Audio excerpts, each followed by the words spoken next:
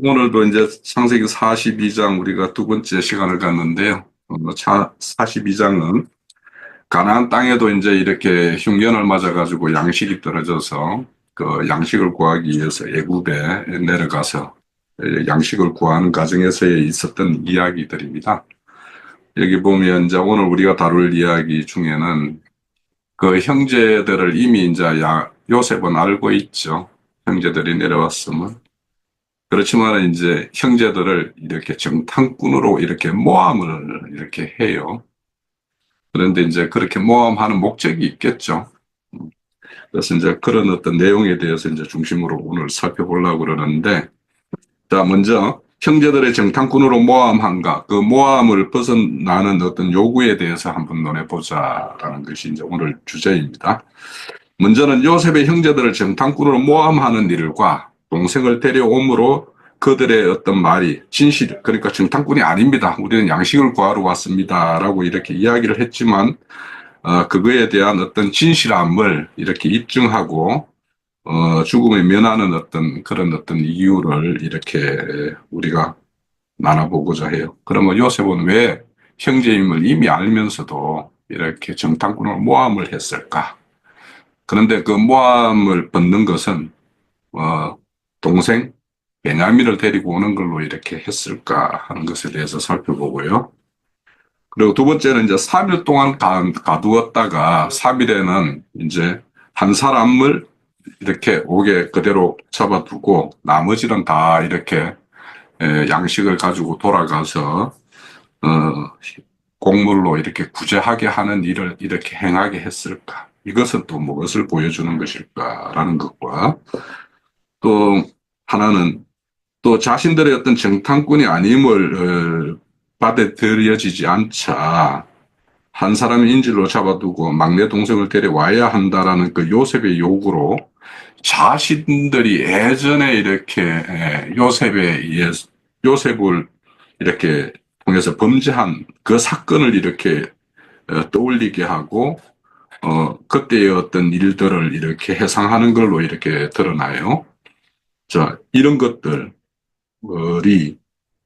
자신의 어떤 과거에 범죄한 걸 이렇게 돌이키는 어떤 그런 사건으로 이렇게 연결되는 측면이 있어요. 그래서 이런 것들도 한번 살펴보고 요셉은 형들을 알아보고 형제들끼리 하는 말도 다 알아듣지만 형들은 요셉이 자신들을 알아보지 못하고 자신들이 나누는 말들도 이렇게 알아듣지 못하는 걸로 이렇게 알고 있어요. 자, 이런 것들을 통해서 우리에게 또 보여주는 것이 있죠. 그런 것들에 대해서 한번 살펴보고 요셉이 이제 그 형들의 어떤 그런 것들을 보면서 이제 이렇게 눈물을 이렇게 보이는 것. 그래서 이 요셉이 흘리는 눈물, 이런 것들은 또 어떤 것인가. 그런 걸 한번 나눠볼게요. 자, 오늘 그 세세한 거는 카톡에 이 주제를 올려드렸으니까 그거에 대해서 한번 생각해 본 것들을 한번 같이 한번 나눠보는 시간을 갖습니다. 자, 시작을 합니다. 예, 제가 먼저 하겠습니다. 우선 이제 요셉의 형제들이 정탐꾼으로 이렇게 모함을 받는 거, 그리고 이제 동생을 데려옴으로 그 진실함을 입증하는 것으로 이렇게 말하는 그 요셉의 의도가 무엇일까 이런 것은 저는 이제 이미 요셉은 자기 형제들이 왔다라는 걸 알고 있죠.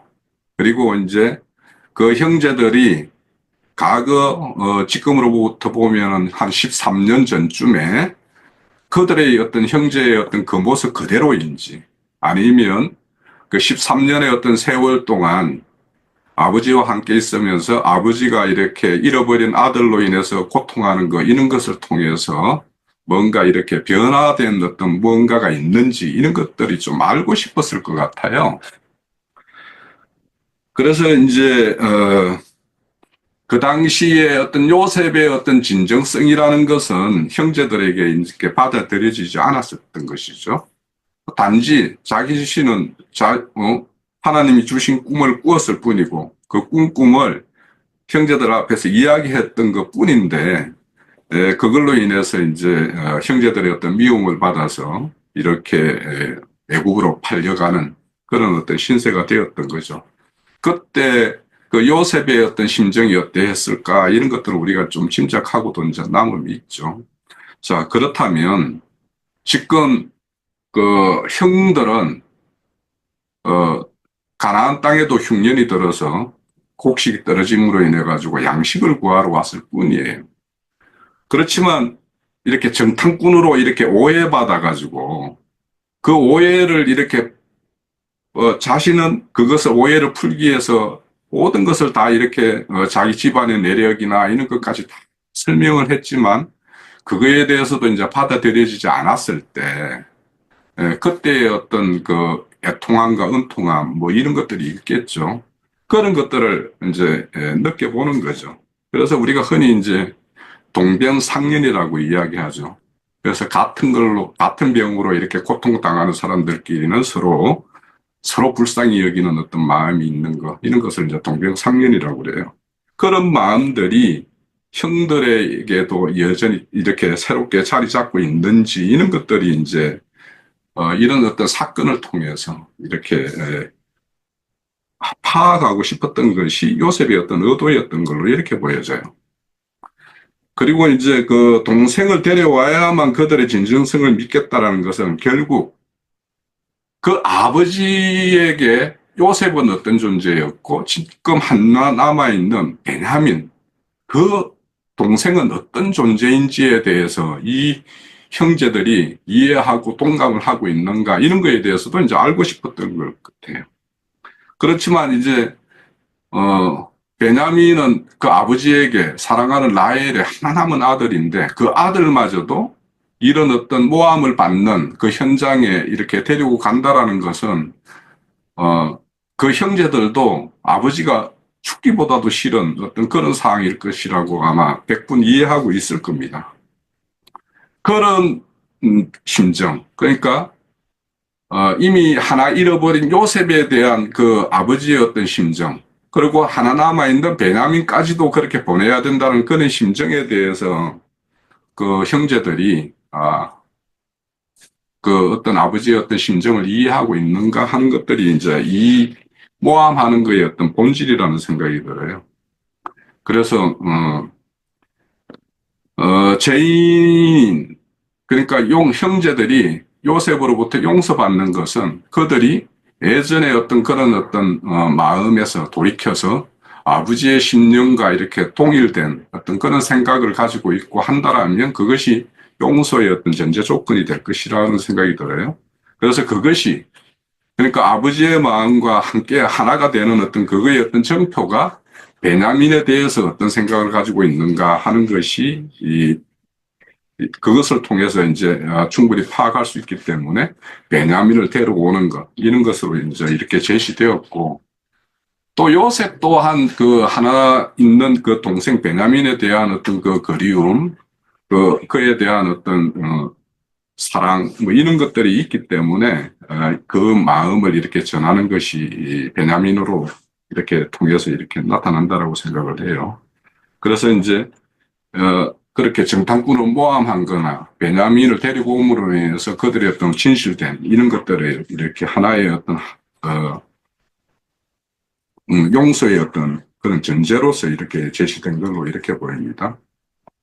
그리고 이제 3일 동안 가두었다라는 의미는 이제 3일에 대해서는 우리가 너무도 좀 뭐 많은 시간을 가지고 이제 여러 모양으로 이렇게 한번 살펴봤던 것 같아요. 그래서 이제 3일 동안 가두었다라고 하는 것은 모든 사람들은 사망 권세 아래 이렇게 잡혀 있는 어떤 그런 것이고 그걸로부터 해방받는 것. 그러니까 죄 없는 자가 죄 있는 모양으로 이렇게 그들 가운데서 이렇게 끼어서 함께 이렇게 심판을 받는 걸로 이렇게 상징되었고 그분에 의해서 이제 나머지가 이렇게 온전한 어떤 생명의 어떤 그 사망의 권세에서 풀려나 생명의 권세로 이렇게 나아가는 어떤 그런 걸로 상징된다라고 보여지고 그래서 이제 나머지 형제들은 그 곡물 다시 산 어떤 그 생명으로 그 자신들 안에 그 심령 가운데 새겨져 있는 마음의 자루에 이렇게 채워진 어떤 그 양식으로 이렇게 구제하는 어떤 이런 것을 보여주는 것인데, 저는 이제 우리 그 3일이라는 것은 우리가 다들 잘 알기 때문에 우리 첫째 날은 6월절 그 예비일이라고 이렇게 이야기하고 있죠. 첫째 날이고. 그리고 둘째 날은 무교절 첫날로 이렇게 장사되는 걸 상징하고, 그리고 이제 셋째 날은 안식구 첫날로 이렇게 생명의 어떤 부활을 이렇게 상징을 해요. 그래서 이제 이거는 어떤 영의 어떤 부활을 상징하기도 하고, 또 우리가 이 생을 살면서도 어떤 혼의 구원을 이루는 것도 또 이렇게 3일로서 이렇게 계속 이렇게 표현을 하고 있어요. 그래서 우리는 죽고 장사되고 부활하는 이 3일의 어떤 인생길을 우리는 계속 반복적으로 행하면서 우리의 이룰 구원을 이루어가는 것이죠. 그래서 이제 주님도 그 말씀을 하셨어요. 오늘과 내일은 내가 귀신을 이렇게 쫓아내고 병을 고치고 그리고 3일에는 안전할 것이다 라고 이야기했는데, 그 3일이라는 것은 결국에는 벗어야 될 어떤 육신의 장막을 벗고 온전한 빛의 옷으로 완전히 입어서 이렇게 나타나는 것, 이것이 이제 3일의 완전함이죠. 그렇게 말씀을 하셨고, 저는 이제 여기에서 이제 한 사람이 이렇게 남고라는 것에 대해서 우리가 좀 이렇게 주목해 볼 필요가 있을 것 같은데, 이것은 참 그 여러 가지로 이렇게 생각이 되어져요. 우선은 이제 저는 이 말씀을 보면서 가장 먼저 생각나는 것은 그 고린도전서 15장에 보면 산자들이 죽은 자들의 어떤 세례 받는 것을 위해서 이제 산자가 대신 이렇게 세례를 받는 거, 이 말씀이 나와요.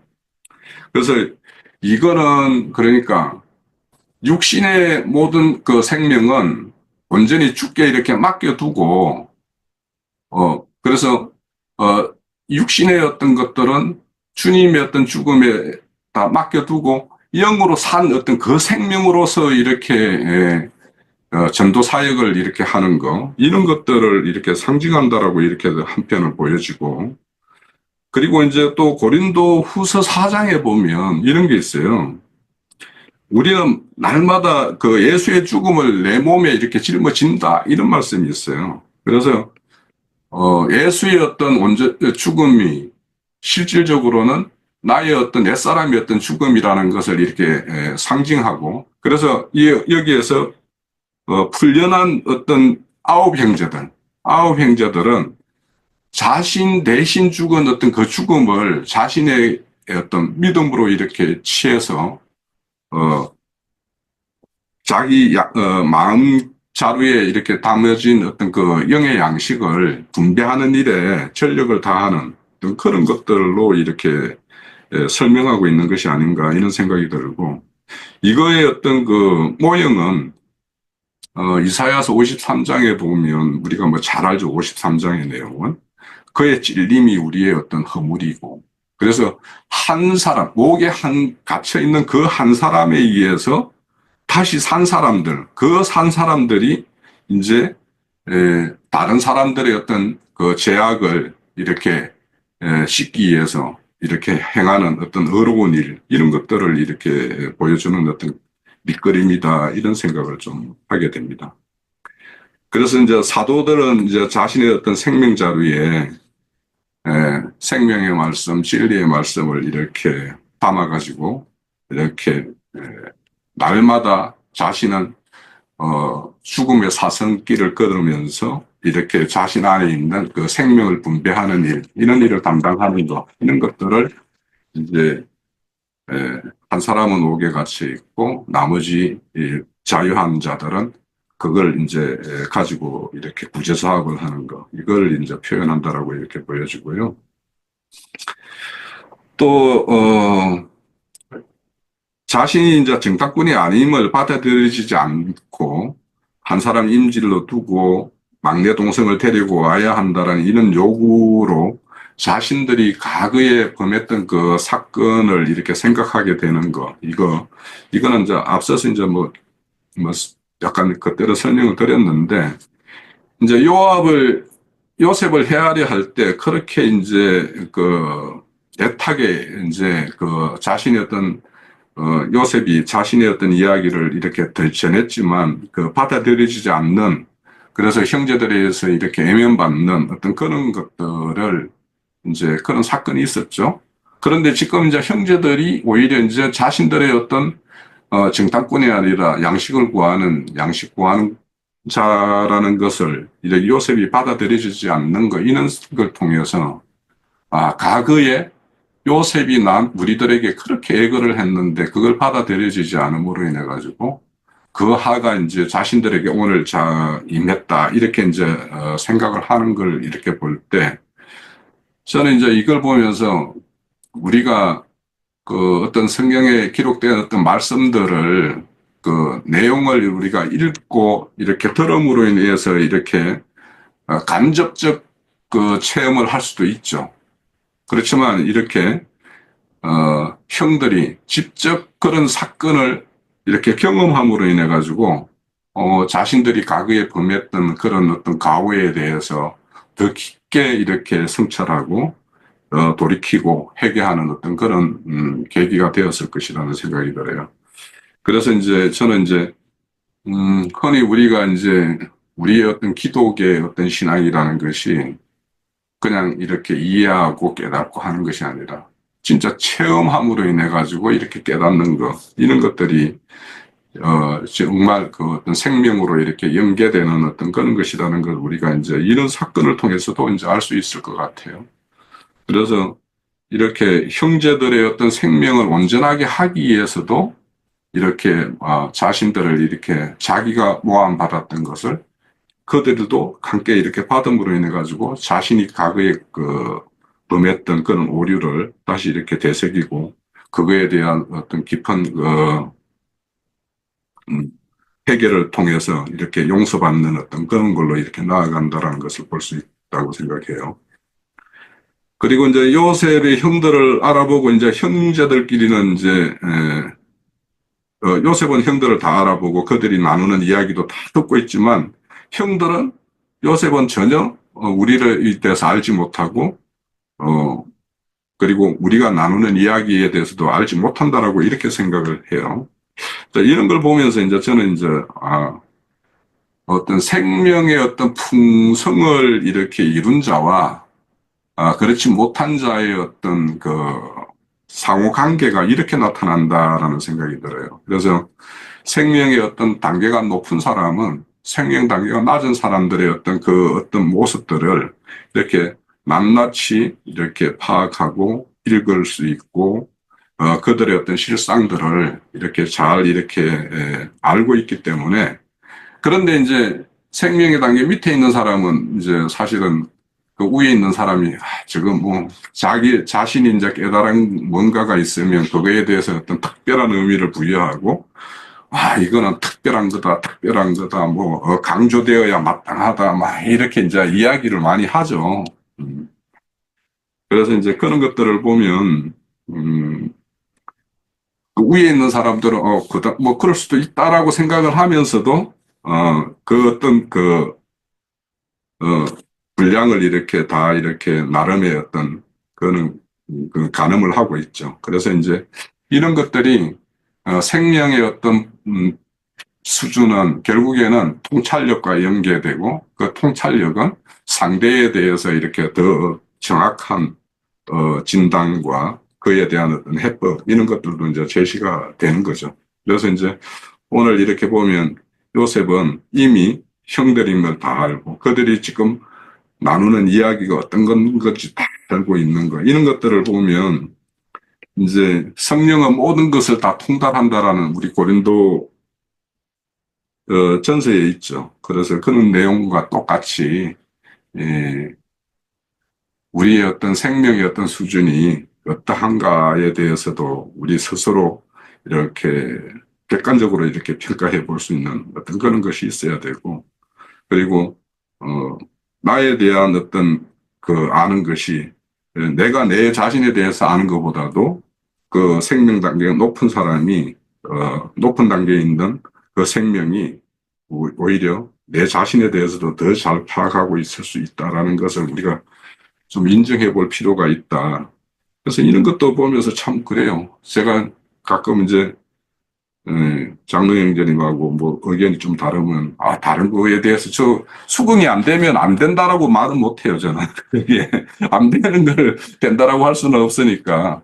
그래서 이제 저는 이렇게 봅니다, 저렇게 봅니다, 여러 가지 말을 하지만, 그 위에서 보면 우리 홍영재의 수준은 뭐 어떻지, 뭐 이렇게 다 이렇게 진단하고 있지 않을까, 이런 생각을 좀, 이런 그림에 봐서도 이제 우리가 이해할 수 있을 것 같고, 또 누구에 의해서 우리가 그렇게 재물 이렇게 당할 수도 있고 우리가 또 우리보다 또 낮은 어떤 생명 단계는 또 이렇게 파악할 수도 있겠죠. 그런데 이제 그런 것들을 그렇다 해서 그 이후에 그 처리가 어떠한가 하는 것을 보면 요셉이 이제 어떻게 이 형제들을 이렇게 다루어가고 그 일 처리를 해가는가 이런 거에 보면 그게 이제 또 생명의 단계에 따라서 일처리 과정도 우리가 앞으로 이제 더 새겨볼 필요가 있겠다 싶습니다.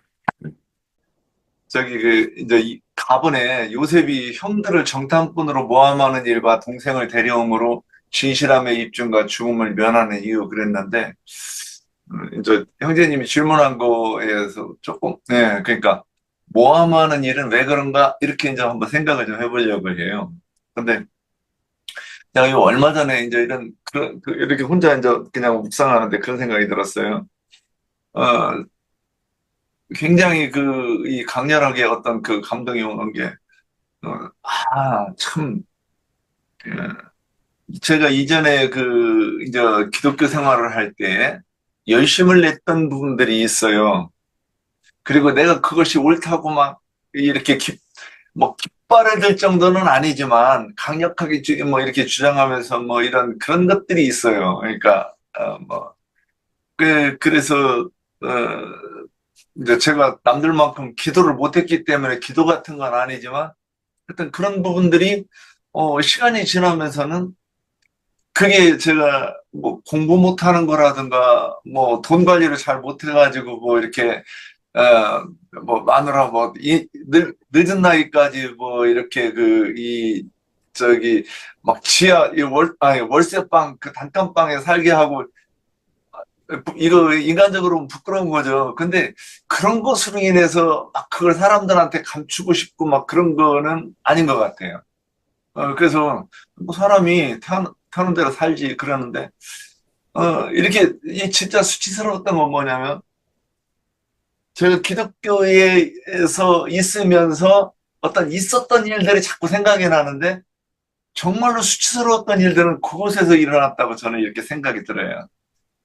그래서 막 이렇게 내놓으면서도 오히려 그런 부분들은 제가 이렇게 많이 얘기를, 이렇게 안 했던 거를 이렇게 생각이 나요. 그래서 이게 뭐냐면, 근데 사도 바울이 자기를 가르쳐서 뭐라 그러냐면 나는 죄인 중에 괴수라고 얘기합니다.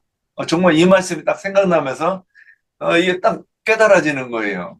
그 사도 바울이 자기가 그 어떤 신앙의 관점에서는 아니, 스테반 죽이는 거 마땅하잖아요, 당연히.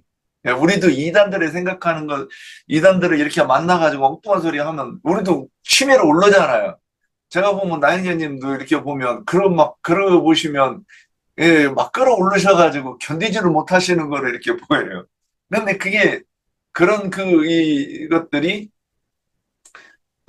이제 지금에서야 뭐 진리를 소유한 자로서 이렇게 막 불법을 말하는 자들에 대해서 이 대적하는 마음이지만은 이제 바울은 그 거꾸로였단 말이죠.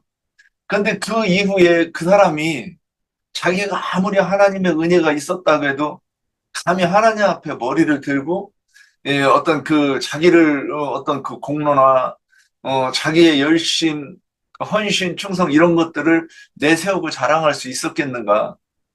그러니까 내가 죄인이라고 그러는 것을 깨닫지 못하면 그 사람은 복음을 들은 사람도 아닐 것이고 복음의 사역자로 쓸 수도 없는 사람 아니겠는가? 저는 이제 이런 생각을 좀 해봤어요.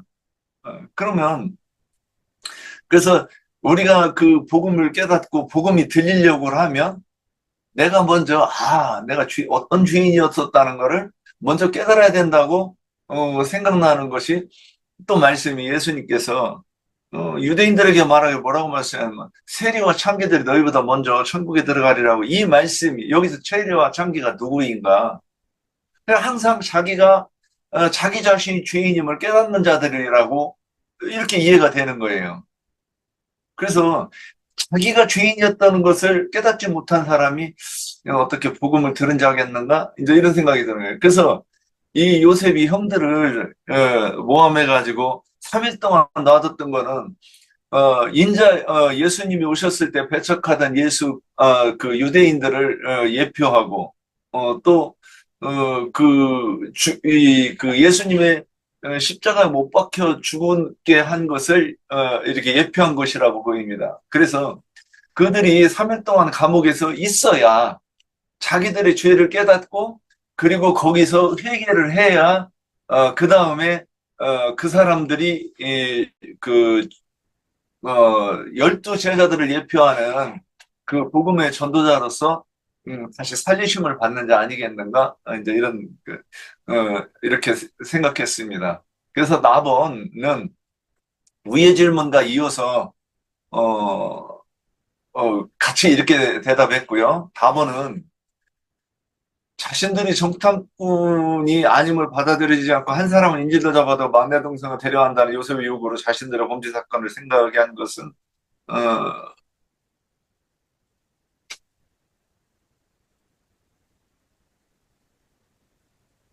제가 지금 답을 시문에 대해서 이렇게 써놨네요. 저기 요거는 패스하고 그 다음 문제.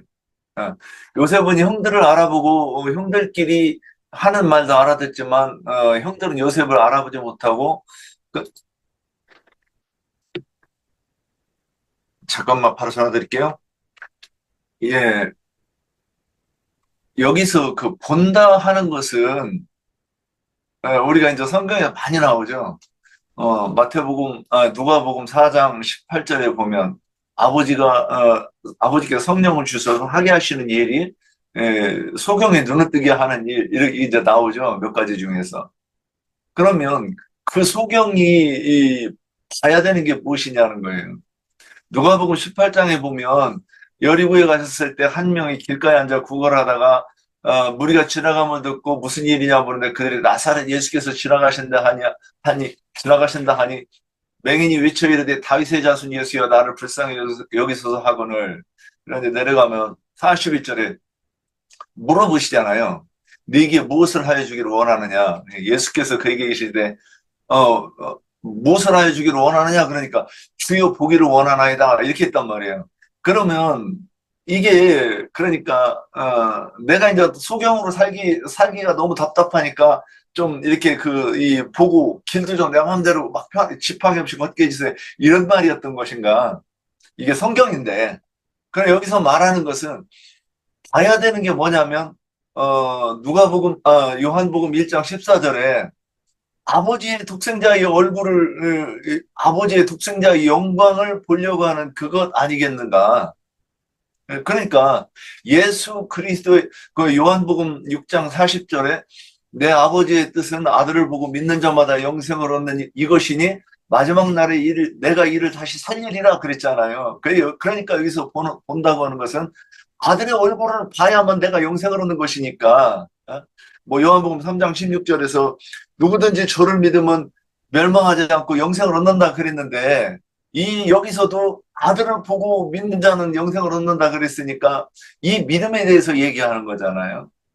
그래서 여기서 본다고 하는 것은 예수가 이 사도들이 그 사도행전에서 말씀하시기를 사도들이 무엇을 했냐고 하면 예수가 그리스도이심을 가르쳤다 이렇게 얘기하는 거예요.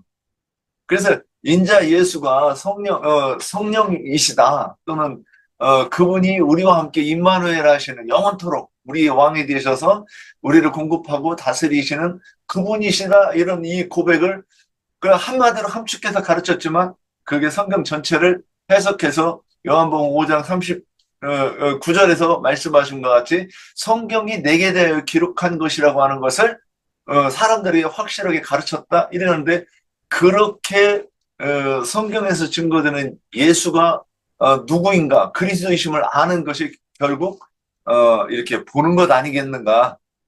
그래서 못 봤다 그러면 요한복음 1장 14절에 아들의 얼굴을 보고서도 아버지의 독생자의 영광으로 볼 수 없는 그 형제들의 영적 수준을 얘기하는 것 아니겠는가. 예, 여기까지입니다.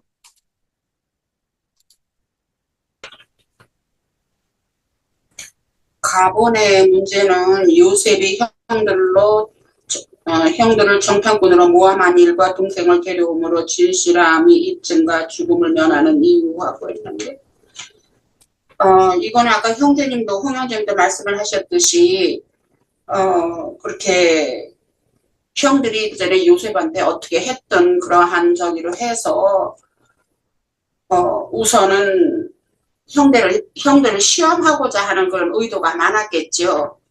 그래서 저는 이것을 어떻게 정리를 해봤냐면, 요셉 자신이 어려서 집에서 함께 자랄 때에 아버지의 사랑을 많이 받은과 꿈꾼 이야기를 함으로써 더욱 형들에게 미움을 받아서 결국 그들이 자신을 이스마엘 장사꾼들에게 팔아넘긴 형들이기 때문에 한 어머니에게서 난 동생 베냐민은 그들 중에 보이지 아니하므로 동생이 안녕을 알고자 하여 형들에게 정탐꾼으로 잠시 누명을 씌웠다 하는 것으로 생각을 해봤고요.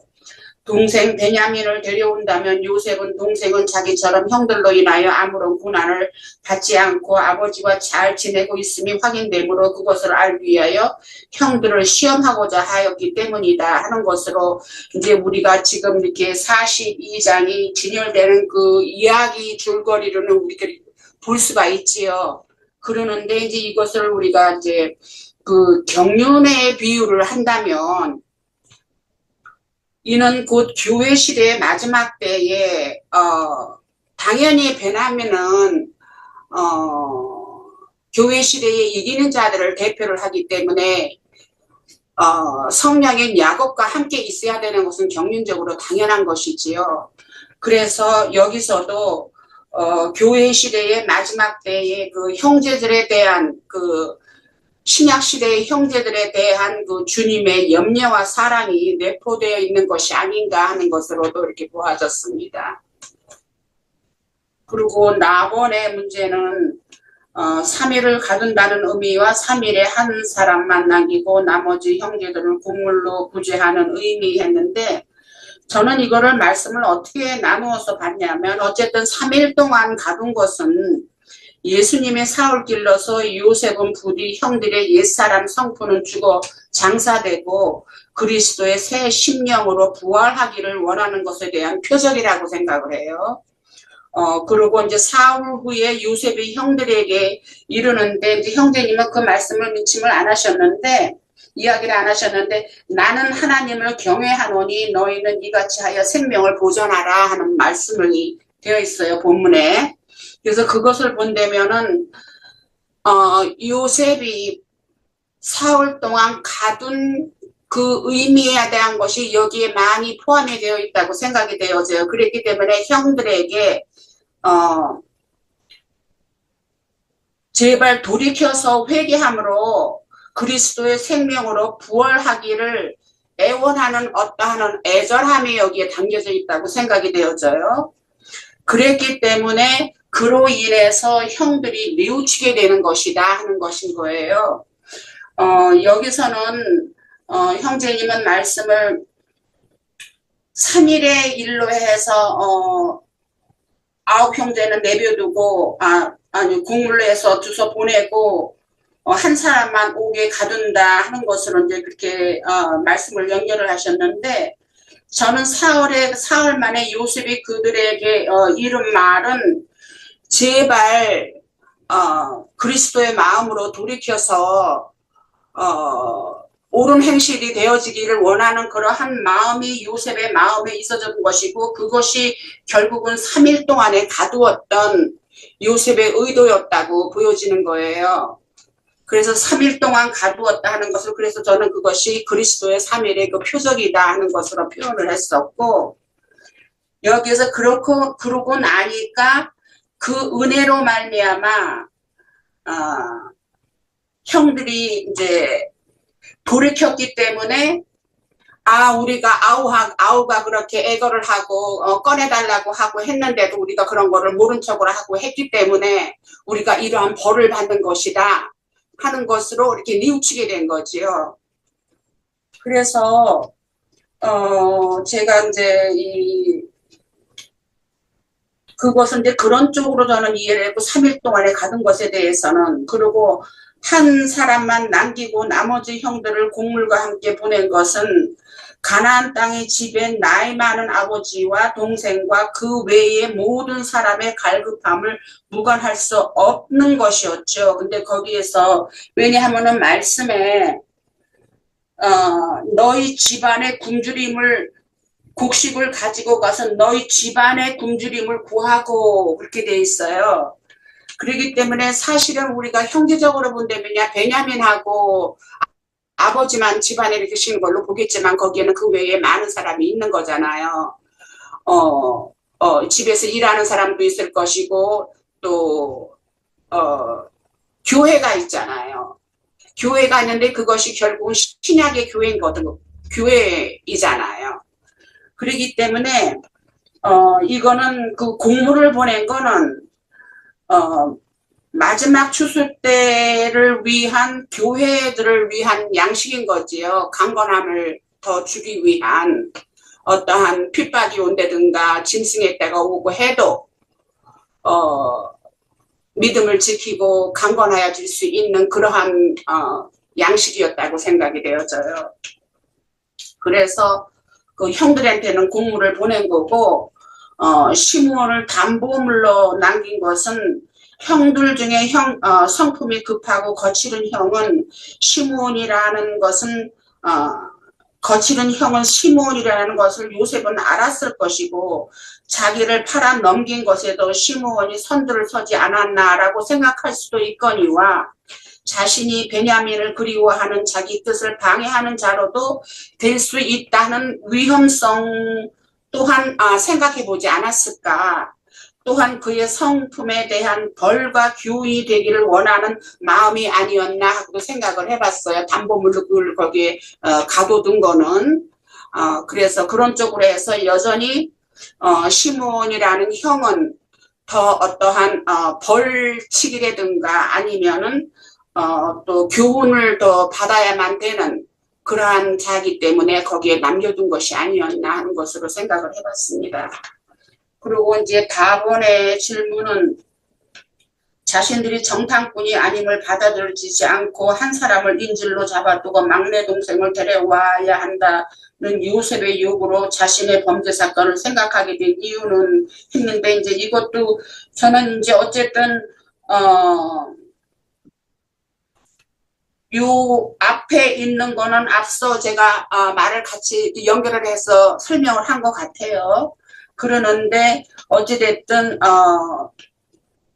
그래도 이제 이 형들은 그들은 부족하지만 야곱의 아들들로서 하나님의 생명이 함께함으로 저희들의 허물을 깨닫고 후회하며 돌이키게 된 것인데, 이는 곧 아까 얘기했듯이 요셉이 형들을 다 함께 3일 동안 가두었던 결과로 인해서 주님으로부터 얻어진 은혜라고 이렇게 생각을 했어요. 근데 이것이 아까 그거 다 섞어서 답이 됐어요, 저는. 그리고 이제 라본은 요셉은 형들을 알아보고 형들끼리 하는 말도 알아듣지만 형들은 요셉을 알아보지 못하고 통역을 통해서만 대화를 할 수 있다는 사실과 요셉이 흘리는 눈물이 보여주는 것은 했는데, 형들이 요셉을 알아보지 못하고 통역만으로 말을 할 수 있는 것은 그들의 마음은 수건으로 가리워져 주님의 얼굴, 요셉의 얼굴을 못 알아보는 거는 곧 주님의 얼굴을 못 알아보는 거잖아요. 그래서 주님의 얼굴, 곧 주님의 얼굴이라면 주님의 어떠하심이고 주님의 말씀인데, 그것은 곧 내가 이르는 말이 영이요 생명이라는 진리의 말씀을 깨닫지 못하고 율법에 사로잡혀든 유대인들을 상징하며 그들은 예수님을 배척하였으니 주님의 마음은 슬프고 아팠을 것이다 하고 이렇게 생각을 해봤습니다. 네, 여기까지 하겠습니다. 오늘의 어떤 줄문지 내용은 이제 전체적으로 보면 그렇습니다. 형제들이 과거에 자신이 이렇게 범했던 가오를 깨우치는 어떤 수단을 요셉의 어떤 지혜에서 나는 걸로, 그래서 겉으로 드러나는 것은 정탐꾼으로 이렇게 모함하는 걸로 이렇게 드러났지만 실질적으로는 그 사건을 통해서 자신들이 과거에 이렇게 인정 없이 행했던 그 동생이 행했던 이런 것들을 돌이키고 하고 또 그 아들을 잃은 아버지의 어떤 통절한 심정, 그리고 또 하나 남은 아들까지도 이제 이런 요구에 대한 그런 것들, 이런 것들을 두고 이렇게 고민하고 번민하는 어떤 형제들의 어떤 모습을 보면서 요셉은 형들이 이렇게 많은 그 과정에서 변화된 모습이 있었구나라고 이런 생각을 충분히 했기 때문에 요셉은 그 형들에게 과거의 어떤 은통함이나 이런 것도 있었겠지만 그런 것을 다 잊어버리고 그 눈물을 흘리면서 형제에 대한 어떤 애를 이렇게 생각하는 것들을 우리가 오늘 볼 수가 있고요. 그리고 제가, 말씀 중에 죄송한데요.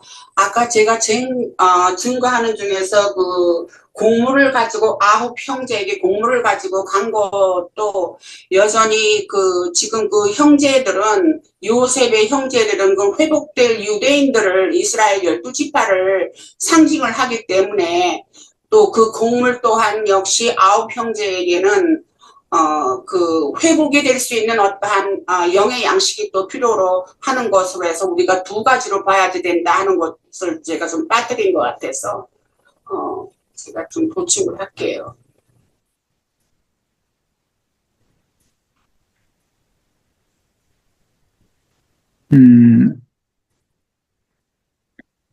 한 서너 가지 메모를 해놨는데요.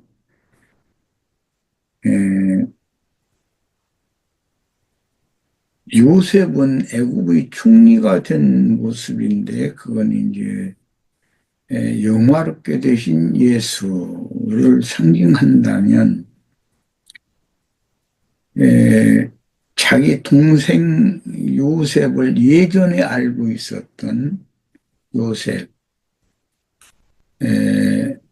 인자로 오셨던, 세상에 오셨던 유대인들을 찾아오셨던 그 예수에 대해서만 알고 있던 그 형들이, 유대교 지도자들이 영화롭게 되신 예수님의 모습을 보아도 알 수 있을까? 그리고 이것은 왜 그러냐면 썩어질 영광에 의해서 눈이 가려지고 천연적인 사람의 관념에 의해서 눈이 가려지면 영의 세계나 육체로는 죽임을 당하셨지만 영으로는 모든 죽은 자들 가운데 그 하나님의 맏아들로 다시 사셔서 영화롭게 되신 그 예수를 대면에서 봐도 과연 알 수 있을까? 그런 점이 생각을 해볼 문제다. 사람의 관념이라는 것은 그렇게 사람으로 하여금 소경되게 하는 것이다. 예수님이 그 요한복음 14장에 보면 내가 가리니 가서 너희를 위하여 처소를 예비하면 내가 다시 와서 너희를 나와 함께 영원히 함께 있게 해주겠다. 그때 너희는 나를 보고 나를 영접하겠지만 세상은 나를 보지도 못하고 영접하지도 않을 거다. 이제 이런 말씀을 하신 것을 연계해서 생각을 해보면 세상에서도 그렇죠. 뭐, 어릴 때 우리 홍영재가 뭐 시골 거창에서 이렇게 자랄 때 모습이 에, 어른 되어져 가지고 대우회사 상무이사까지 이렇게 진급이 되어진 그런 모습은 모를 거니까 어릴 때 이렇게 친구였던 그 친구들이 그때의 그 관념을 가지고 나중에 상무이사가 된 홍영재를 만나도 내가 뭐 상무이사라고 여기 저 이마에다가 뭐 패찰서 붙이고 다닐 것도 아니고 친구들을 다 만났다면은 에,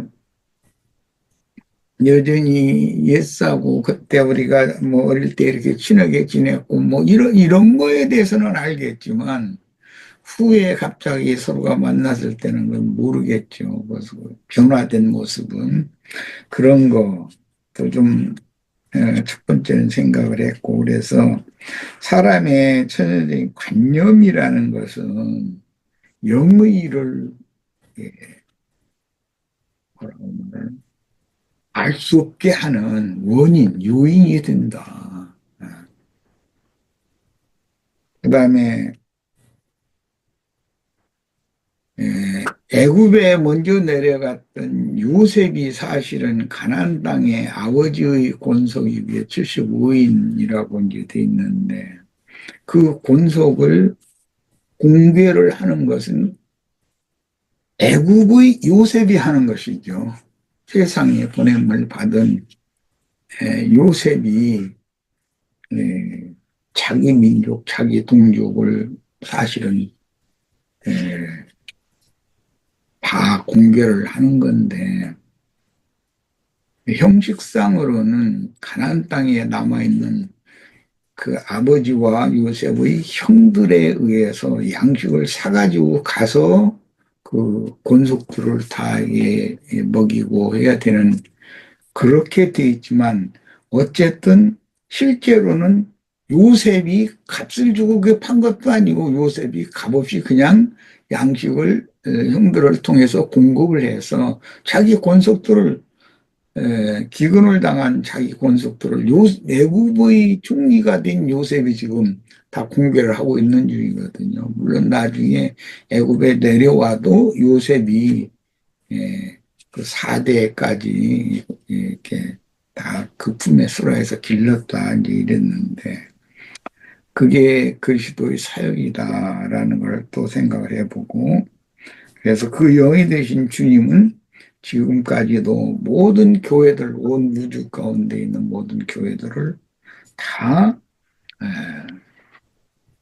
생명 양식으로 돌보고 계신다 그런 걸 생각해보고 그 다음에는 이건 이제 왜 하필이면 시므온이 모든 형제들을 대신해서 그 애굽의 감옥에 갇혀야 되고 나머지 형들은 자유의 몸이 돼서 양식을 싣고 가나안 땅 아버지 집으로 가서 아버지 권속을 다 돌보올 수 있게 하셨을까? 이게 이제 이걸 난 역으로 생각을 해본 거예요. 만약에 시므온이 자유의 몸이 돼서 가고 다른 어떤 형제가 예를 들어서 유다가 갇혔다면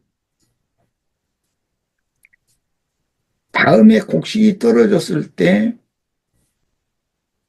야곱이 사랑하는 그 막내 아들 베냐민을 과연 시므온을 믿고서 보냈을까? 이런 걸 한번 이제 생각을 해보는 거예요. 결국은 아버지는 절대로 시므온을 믿고 베냐민을 내어주지는 않았을 것이다. 이 생각을 내가 한 것은 오늘 말씀의 가장 중요한 핵심이 뭐냐면 형들이 목축을 할 때 아버지의 심부름을 가가지고서 형들에게 잡혀서 형들이 그렇게 아버지 사랑을 받는 동생이라는 걸 뻔히 알면서 그걸 막 무지막지하게 이렇게 막 붙잡아가지고 구덩이다 집어넣고 던져넣고 그럴 때 얼마나 놀래가지고 어린 것이 17살밖에 안 먹은 것이 놀래가지고 형들 왜 이러느냐고 막 아무리 사정을 해도 들은 대꾸도 않고 쳐다도 안 보고 자기네들 하려를 하고자 하는 대로 그렇게 우악스럽게 이렇게 다뤘을 때 요셉이 그때 당시 얼마나 기가 질리고 뭐 그랬을까 얼마나 두려워하고 그랬을까 그런 것을 생각을 해보면 그때 당시 장자였던 르우벤은 요셉을 그렇게 우악스럽게 다루려는 마음이 없었거든요. 자기 어떤 개인 생각이 있었기 때문에. 그러나 이 시므온은 급한 성품 그대로 그 세겜성에서 있었던 일과 같이 시므온이 앞장서서 요셉을 붙들어 가지고 아무리 애거를 하고 사정을 하고 해도 들은 뭐 들어주지를 않고 그런 막무가내식으로 구덩이에 던져졌을 때 요셉이 그 머릿속에 인상에 계속 남은 것은 다른 형제들보다도 그 시므온이 긴 시간 동안 아마 지금까지도 시므온이 그때 당시 자기를 그렇게 무지막지하게 대했던 그것이 남아있을 것이다. 나는 그렇게 생각해요. 뭐 이것은 우리 인생사에서도 보면은 하찮은 거지만 그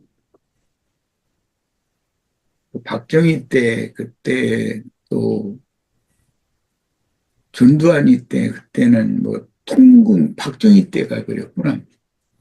전두환이 때도 참 그 계엄령 해가지고 통금을 시행을 했었죠. 근데 박정희 때지. 나는 이제 그건 경험인데,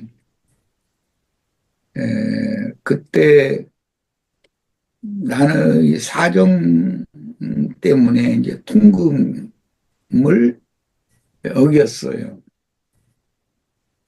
그랬는데 집에 보내주지를 않고 그 사람들은 이제 그 파출소 이제 그 순경들이라는 동네 사람들인데도 안전몰수 탁 하고 집에 안 보내주더라고. 그리고 그 이튿날 새벽 되니까 뭐 즉결재판소로 보내서 통금 위반했다고 벌금 내고 나오게 만들고 그러더라고. 그런데 그때 내가 옆에서 조곤조곤 뭐 많은 얘기를 했는데도 자기네들 일만 보고 둘은 대를 안 해요. 그런 걸 내가 보면서 야 인간 세상이라는 건 이렇구나라는 걸 내가 이제 배운 적이 있었는데 그렇게 뭐 사실은 그게 뭐 큰 뭐 무슨 범죄를 저지른 것도 아니고 나쁜 짓을 하러 다닌 것도 아닌 것도 뻔히 알면서 이제 그렇게 한 그런 것을 한번 당해본 적이 있었는데